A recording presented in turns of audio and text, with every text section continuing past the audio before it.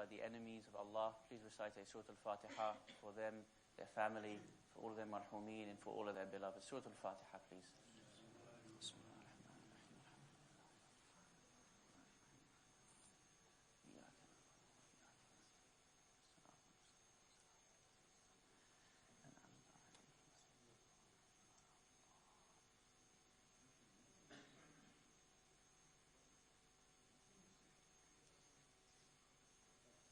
أعوذ بالله من الشيطان الرجيم بسم الله الرحمن الرحيم الحمد لله رب العالمين الحمد لله الذي هدانا لهذا وما كنا لنهتدي لولا أن هدانا الله والصلاة والسلام على أشرف الأنبياء والمرسلين خاتم النبيين سيدنا الممجد بشير المصدق المصطفى الأمجد محمود الأحمد أبي القاسم محمد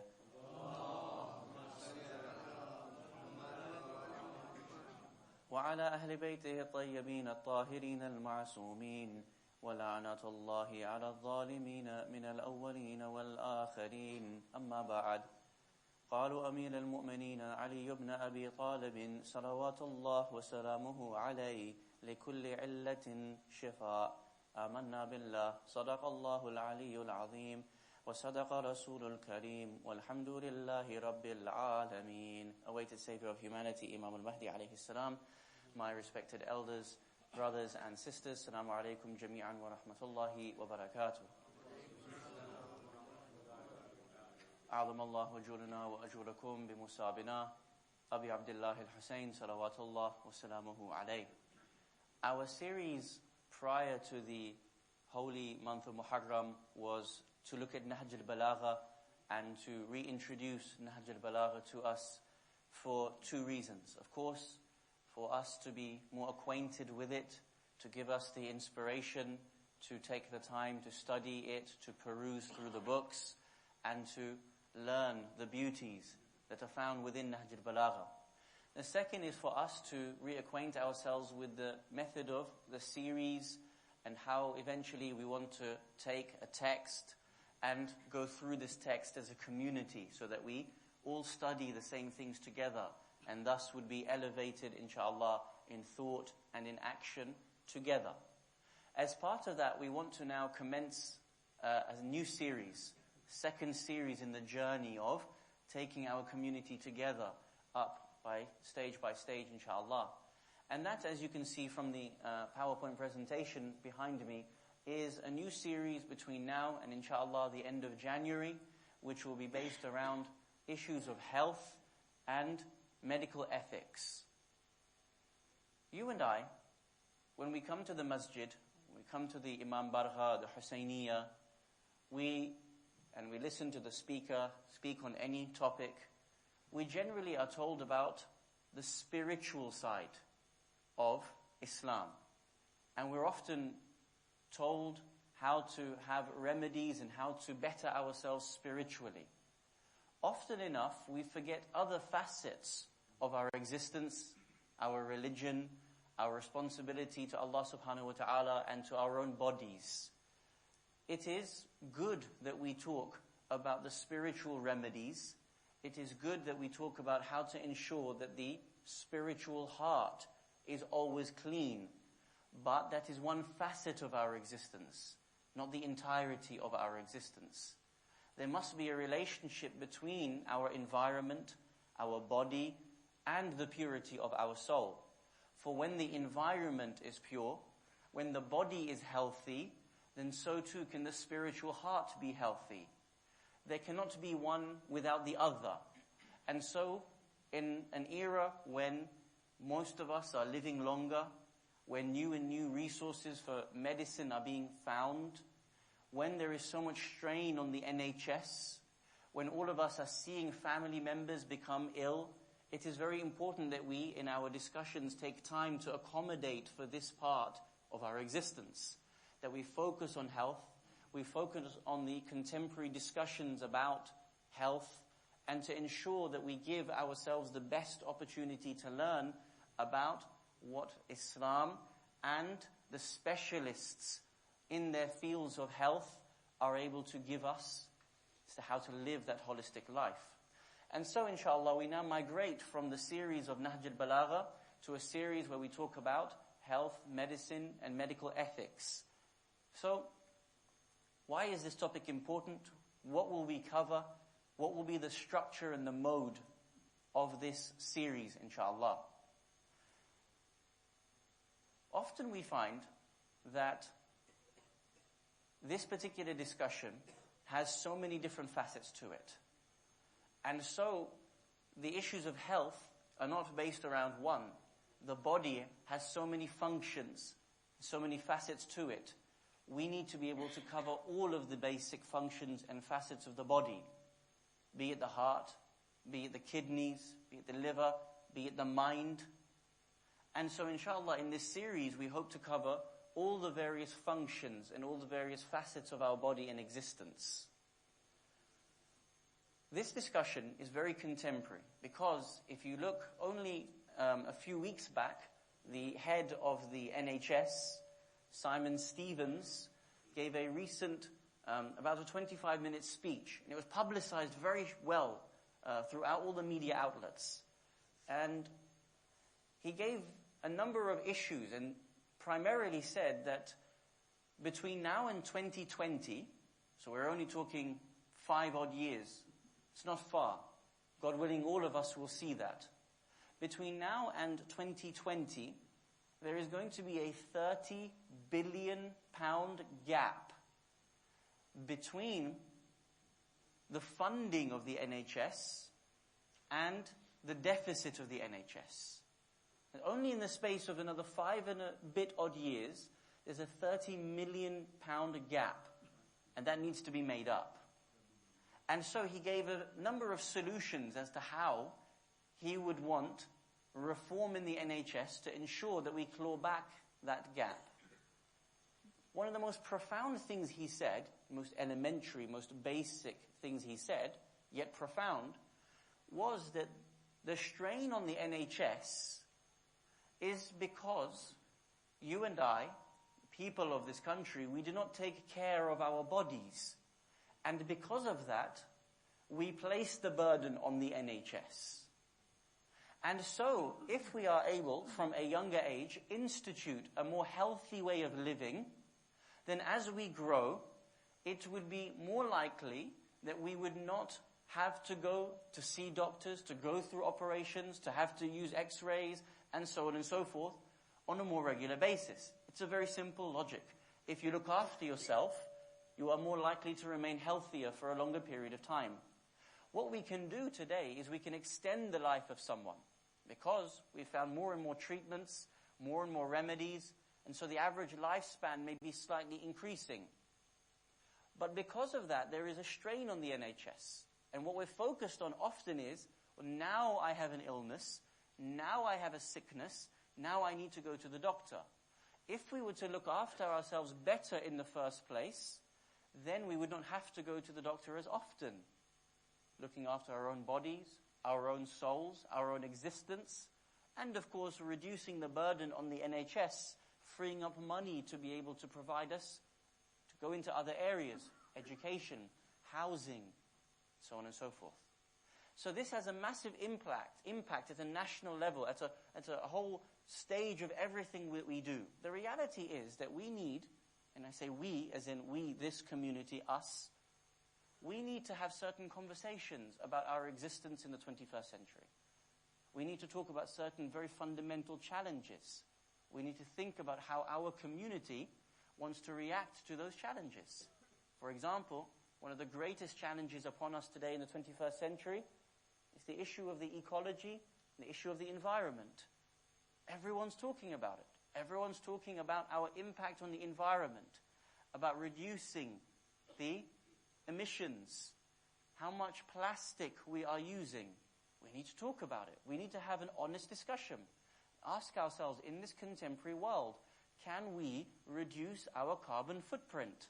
How do we make our society better? How do we talk to the youth and tell them within the madrasa, from the pulpit, from the ground up, that as Shia Muslims, as representatives of the perfect, purest religion of God Almighty, How are we supposed to live in the 21st century?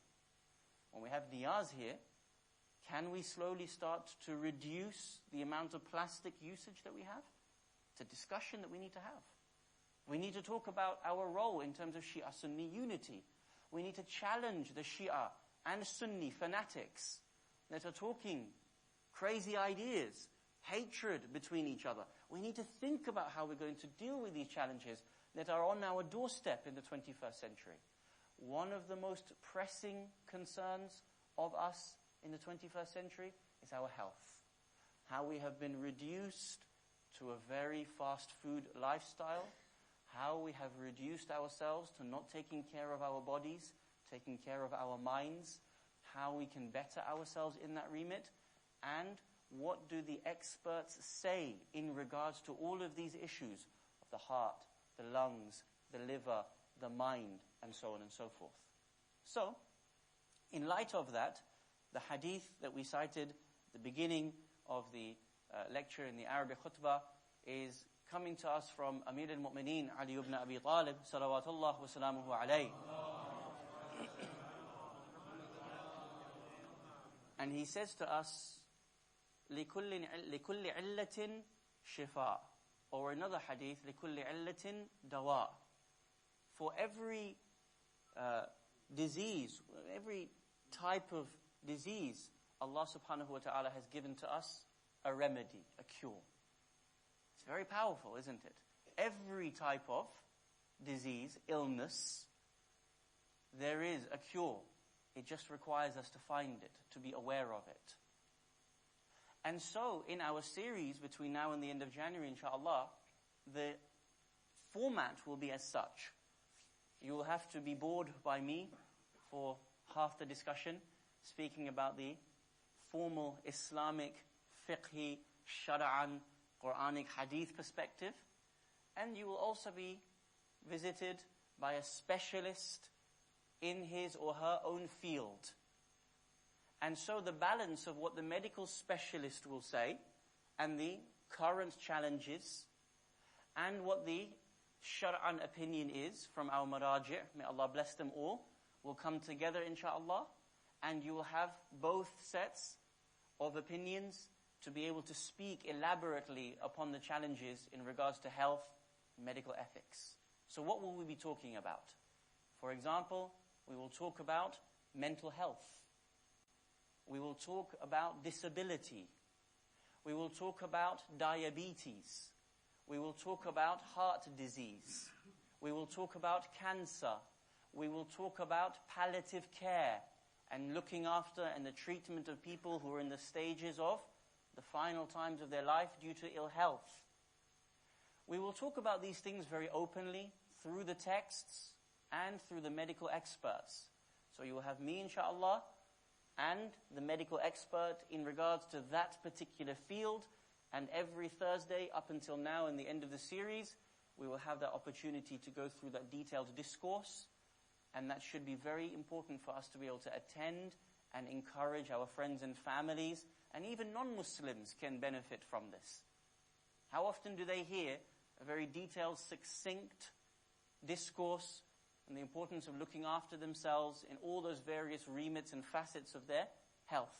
And so it should be that from next week, inshallah, when we start, we have a very full house, a very full crowd to be able to partake in this discussion.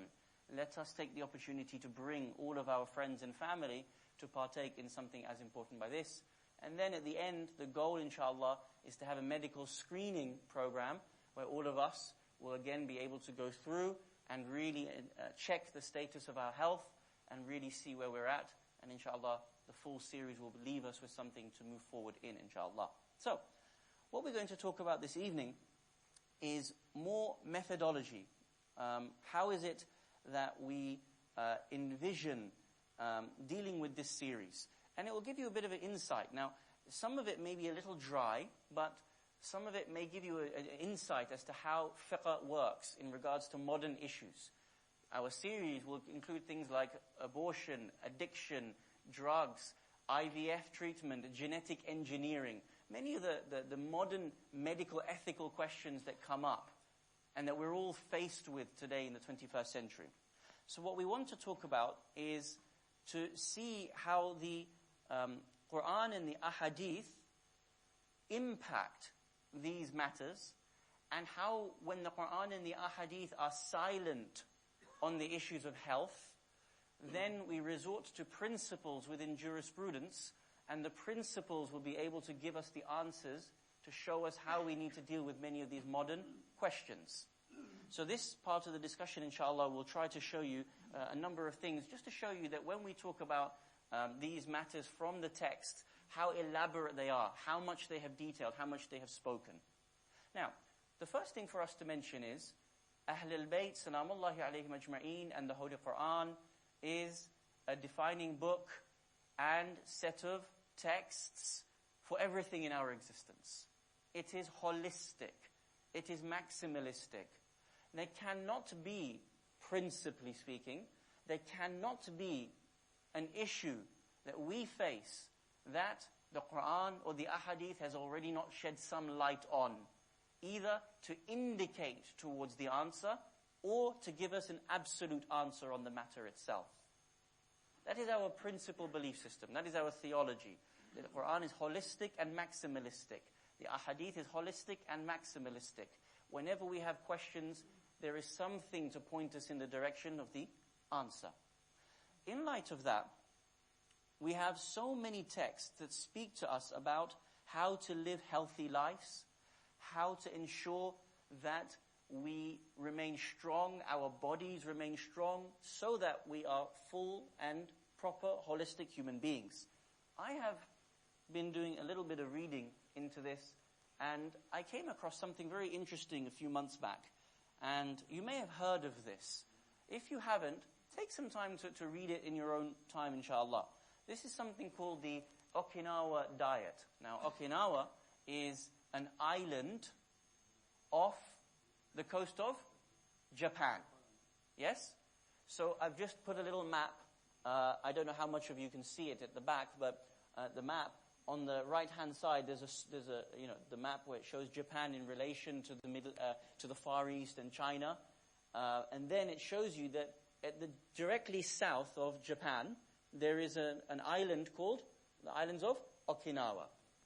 Now, Okinawa is very famous in terms of anthropology, in terms of the study of human development, for a particular reason, that proportionately it has one of the highest lifespans of people today. And the number of people that reach 100, the age 100 and above, in Okinawa is more than 4 times that of the United Kingdom. In fact, not just 100, because that's a centenary number, yes? Actually, many people in Okinawa live to 112, 115, 118 years old, and they're very healthy. It's not that they've been kept on drips in a home up until the age of 115. They genuinely are very healthy to the age of 112, 115, and 118. This is its own medical term, and anthropologists have done much study on this, and they have named this the Okinawa diet. Because there is a certain type of diet that the people of Okinawa have. That's why a large proportion of them, until today, still live to such a ripe, healthy, elder age. Now, of course, I don't need to talk about why we would want to live till longer. We live till longer so that we can serve Allah subhanahu wa ta'ala more, do better deeds, accumulate more of barakah and reward from Allah subhanahu wa ta'ala. But on a very simplistic, practical level, if you reach the beautiful age of 112, 118, you get to see more time with your children, with your grandchildren, with your great-grandchildren. Who wouldn't want that? To be able to spend time with their family, to see the world grow. Wouldn't you want to see how the world will change in 100 years' time? The beauties of how we as a human race will continue to achieve. Now, so there's so much we can think about this. But the diet is very interesting. Now, I'll let you read this in your own time, of course. But the diet is very rich in certain things. For example, they will eat fish 3 times a week. And they have certain intakes. You can read that in your own time. Much work has been done on it. But there's one thing I want to point to you about, specific to this Okinawa diet. And I will read it out just in case anyone at the back can't see. Dr. William T. Ong is a Filipino doctor. He says, eating less may be the new secret to prolonging life. One piece of evidence comes from the people living in Okinawa Island in Japan, which boasts having one of the longest lifespans worldwide. Many Okinawans live up to over 100 years old. What is their secret? The Okinawans eat only until they are partially full, just enough so that they won't go hungry. The diet consists of 2 things. One, what you actually input into your body, and the second is the amount that you input into your body. Now here the diet you can read up on. I want to focus on the one issue of health, is this introduction, just to show you how Islam deals with these matters. The diet is about how much that they eat. That, when they eat, the moment they start to feel full, that's when they stop. They don't continue to gobble and take a 3rd helping and then have dessert and a 2nd helping of dessert. And they're balanced in how they eat. There's a discipline to how they eat. They eat, and the moment they start to feel full, they stop. The stomach is never full. And because of this one thing, the diet, partially because of how much they eat, they live longer. They live healthier lifestyles. It is surely better than eating and then reaching the age of 70, becoming ill, falling ill, and then requiring outside medicines to keep me alive. Rather, having a healthier lifestyle and then living longer. Now this is something very interesting, because our texts have spoken so much about this one issue. Now, I promise you, this series of texts that I've just highlighted, these ahadith, this is 1/5 of what I could have shown you. 1/5. Just on the matter of consume, how much we eat and how much we consume, and how we consume food.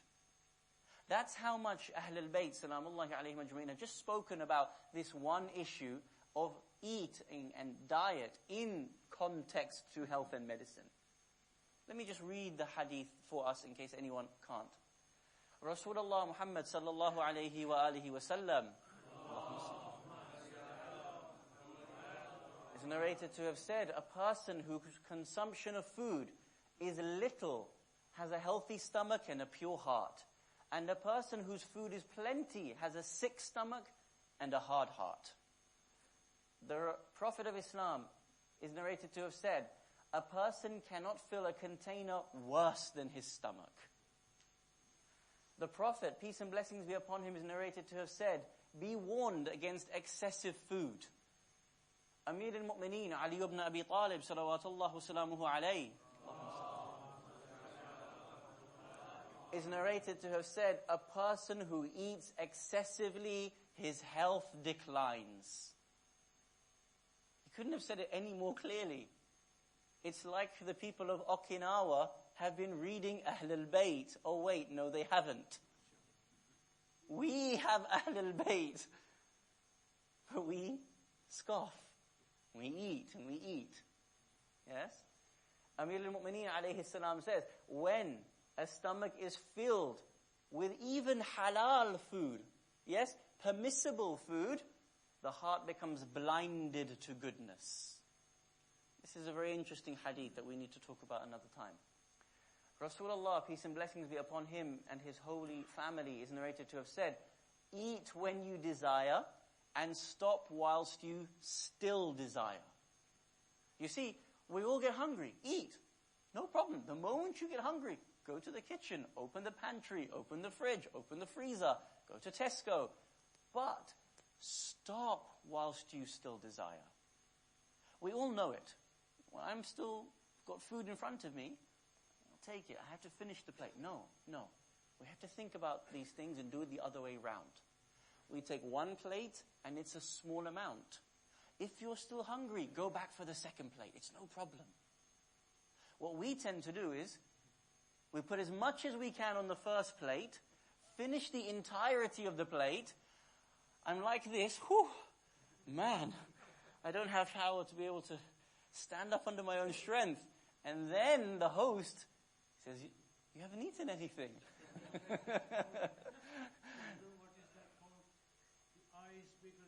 Ahsan, yes, the eyes are bigger than the stomach, right?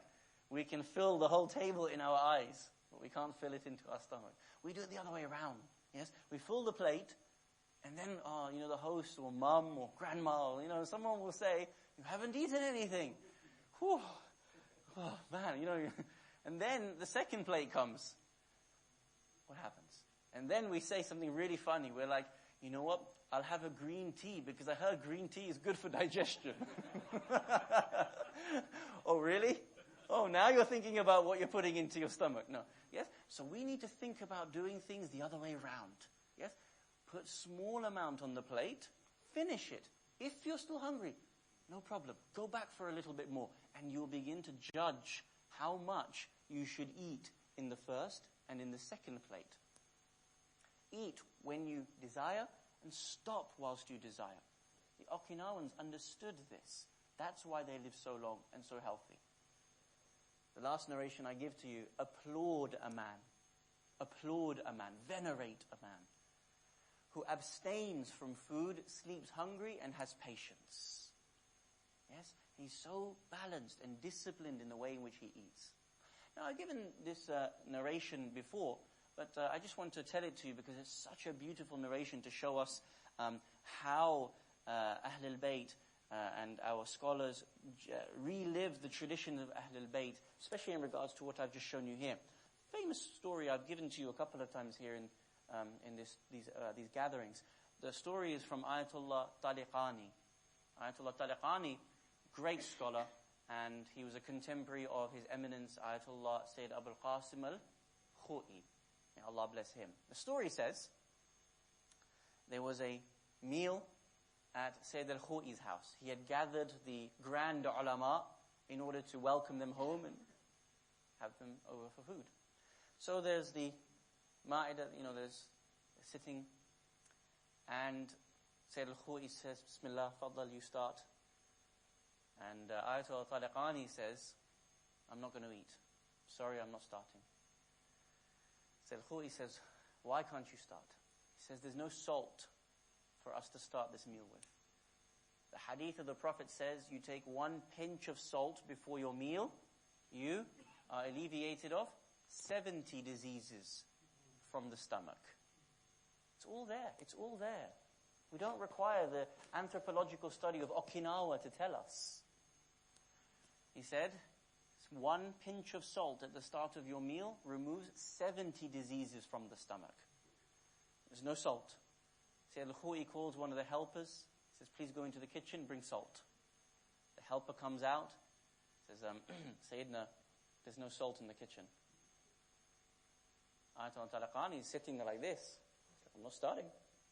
The hadith says, start with a pinch of salt. I'm not going to start. There's that murmur, there's that feeling of, everyone's a little bit discomforted, why can you do this?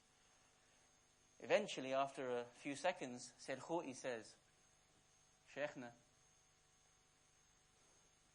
your not eating and your refusal to start eating has stopped everybody else from being able to eat.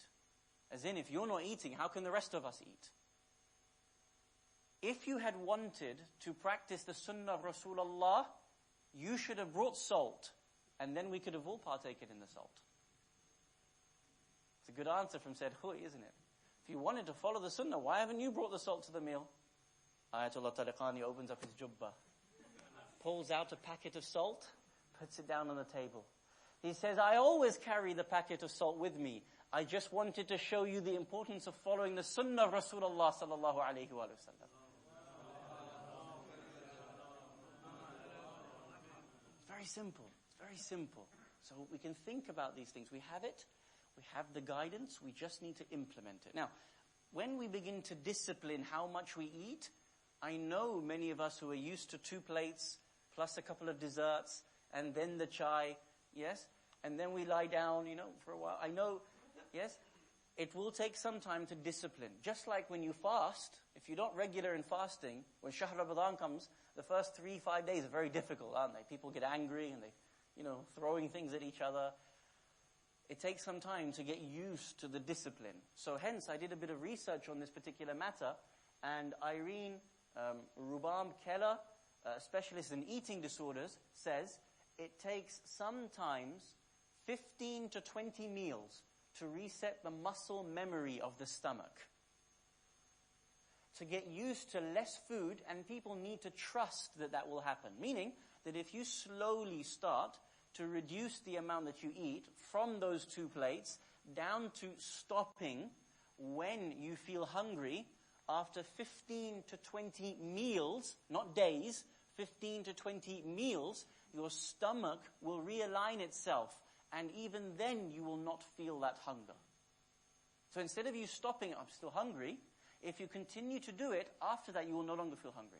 Because the stomach memory will have remolded itself in accordance to the amount that you have put into your stomach. Now, how many meals do we take a day? Let us just say 3. If it's 15 to 20 meals, we're only talking 8 days, let's just say a week. Let's just say a max, a week of discipline in the way in which we eat, and you will not feel that hunger. You will know how much you should put into your stomach and be disciplined by the amount that goes into you. If you were to do this ongoing, inshallah, you would be healthier, just like the Okinawans, and you would be living till, inshallah, 200 years old, or maybe even challenge Nuh alayhi salam at 950 years old, yes? Most are used to eating until full, which is past satiation, which keeps weight on, which is another issue which we need to talk about. Balanced weight, cholesterol, and so on and so forth. Now, I want to come to another issue. How much time do we have? Do we need to stop here and move here? Shall we finish here? There is more I wanted to talk about the methodology of fiqh and how it deals with new topics of IVF and smoking and all these sorts of things. But we may have to leave that for next week. And if it's interesting, we should leave it for next week, inshallah. So, seeing as we have 10 minutes, I think we will conclude here in a minute with the masa'ib. And next week, inshallah, we will move to the more detailed discussion of how fiqh deals with modern-day issues of medical ethics. So, we have here the examples that come to us from Ahl al-Bayt, salamullahi alayhim ajma'een. And as we said, that our series will focus on all facets of health. We'll talk about mental health and, all the organs of the body and how, inshallah, we need to remain healthy. Again, I want to reiterate that I think this is important for us as a community to do, as a communal activity. We need to see more people here on a Thursday night to partake in this. So please force your friends and family to come so that we as a community can become a healthier community. Your colleagues outside, if you feel that they may benefit from that, I'm sure that they will benefit from the wisdom of Ahl al-Bayt, salamullahi alayhim ajma'een, and the medical expertise, inshallah, that we hope to bring you. The best example of this, both in the spiritual as well as the understanding of health, comes to us from Amir al-Mu'mineen Ali ibn Abi Talib, salawatullah wa salamuhu alayhi.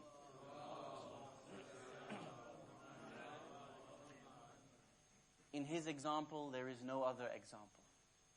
On the night of the 19th of Shahr Ramadan, as he breaks his fast, he comes to the house of his daughter, Sayyida Kulthum, salamullahi alayha. And as he does, she prepares for him his iftar. And given to him is a little bit of bread, some milk, and some salt. And he looks at his daughter and says, "Oh, my daughter, do you wish to keep your father on the Day of Judgment longer?" What do you mean, father? He says, on the day of judgment, that which has been taken in a haram way, that which has been taken in a forbidden way, you will have the most difficult of account for, because it was not yours to take in the first place. But you will also have to take account of those things which are halal for you as well. And so, even if this is halal for me, do you wish me to stand longer in front of Allah subhanahu wa ta'ala? Do you wish my interrogation to be longer? The best example, O my daughter, is the example of your grandfather and my brother, Rasulullah. Rasulullah ate the minimal amount that he needed. And so, if that is the best example for me, I will do the same. Please, my daughter, take something away from this. Since when have you seen your father have 3 things to eat from the table? Please take one away. And it is narrated, the hadith, that she takes away the milk. And so Ali ibn Abi Talib opens his iftar with the pinch of salt, and he takes a bit of bread. Which means on that night, as per his own statement, he says, my daughter, tonight is the night that your grandfather had predicted for me. She says, what do you mean? He says, tonight when I eat this iftar, I eat very little. Why? Because I wish to meet my Maker in a state of hunger. I wish to meet my Maker hungry. And so he eats very little that night. Which means on that night he ate little, but even for his iftar, he had not opened his iftar with that milk. We say to you, O Ali ibn Abi Talib, you went back to your Maker and Creator hungry and thirsty. Come to the afternoon of the 10th of Muharram and see your great-grandson Ali al-Asghar.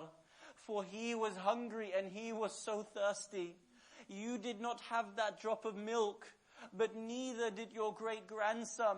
He did not have a drop of milk, but his was not out of choice. His was because the milk from his mother had dried up.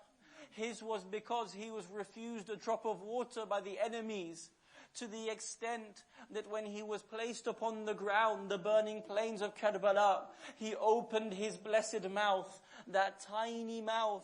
He extended his tongue in order to say, if my father Hussein has done any wrong to you, what wrong have I done to you? See the parched tongue that I have. By Allah, there is no sword, no spear, no arrow that could have penetrated the hearts of those enemies, that could have done more damage than the tongue of Ali al-Asghar. Asghar's tongue was more than every arrow that could have been struck upon them.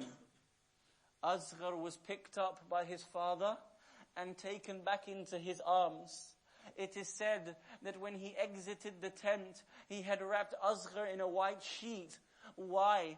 Because white deflects the sun. It returns the sun back, whilst dark and black cloth would capture the heat of the sun. He wanted to protect his baby from the heat of Karbala. O Aba Abdullah, you wanted to protect Asghar from the heat, and that's why you wrapped him in a sheet. What was going to protect him from a 3-pronged arrow that was embedding itself into his neck?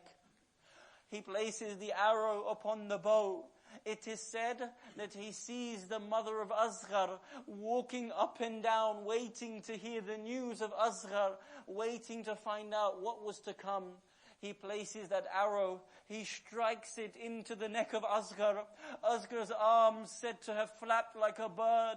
He looks into the eyes of his father for one last time, and this as if to say, Father, do not cry. I was so thirsty, but right now my thirst is being quenched by our mother Fatima az-Zahra. Please do not cry over me. Aba Abdullah walks backwards and forwards 7 times, crying out, Inna lillahi wa inna ilayhi raji'un. The narration says that a call from the sky comes, O Hussein, do not walk back towards the camp, do not walk back towards the towards the battlefield. Now return back towards the camp, because there is a mother that is waiting to find out what has happened to her son. You know what has happened to Asghar. Go back to the tent and hand the baby over towards his mother. ألا لعنة الله على القوم الظالمين وسيعلم الذين ظلموا أي منقلب ينقلبون إنا لله وإنا إليه راجعون. We ask Allah subhanahu wa ta'ala to hasten the reappearance of the awaited Savior, to allow us to be alongside Him at all times in our life and in our death. If we are to pass away from this world before His coming to raise us from our graves, so that we may partake in the victory of Muhammad and Ali Muhammad. Ya Allah, there are many people around the world going through such desperate times, those in a state of war and oppression, those in a state of homelessness, poverty, natural disaster and disease. Ya Allah, grant them all safety, security and victory for the sake of Muhammad and Ali Muhammad. Ya Allah, allow us to perform the ziyarah of Abu Abdullah al-Hussein this year and every year, and allow us to die in the love of Muhammad and Ali Muhammad. Wassalamu alaikum jami'an wa rahmatullahi wa barakatuh. Inshallah, we have 6 or 7 minutes left for our discussion. There is a mic there for the sisters. If anyone wants to make any contribution, inshallah, then we can do so. We can have the lights, if you don't mind. Just before we start, we're just doing Matham, so Muhammad salawat. Ya Hussein, Ya Hussein, Ya Hussein, Ya Hussein.